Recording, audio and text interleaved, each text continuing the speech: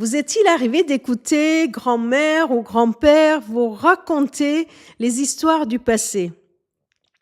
Est-ce que c'est une situation que vous avez aimée ou plutôt fui? Personnellement, j'avoue que descendante des rescapés du génocide des Arméniens, j'ai de doux souvenirs où, en coiffant ma grand-mère, elle me racontait les histoires de notre famille. De même, connaissez-vous l'histoire de votre Église, de l'union de votre Église, à laquelle votre Église appartient? Connaissez-vous le passé? Cette histoire, elle est importante parce qu'elle nous aide à comprendre le présent et surtout, elle nous aide à comprendre notre identité. Cela nous aide aussi à cultiver la reconnaissance, à réfléchir à l'action de Dieu tout au long de l'histoire et non pas uniquement pour le jour J.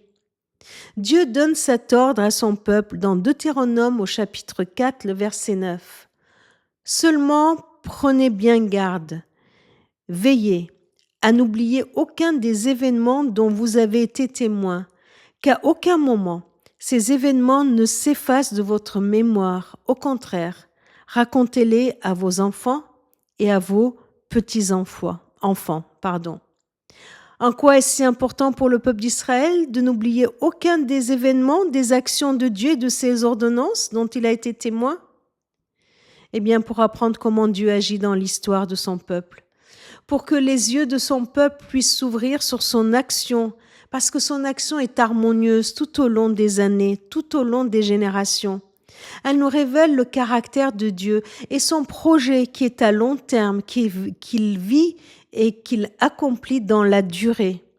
Ne pas oublier les bienfaits de Dieu nous aidera, dans les moments plus sombres de notre vie, de maintenir notre espérance en ce Dieu qui agit et qui est fidèle à ses promesses.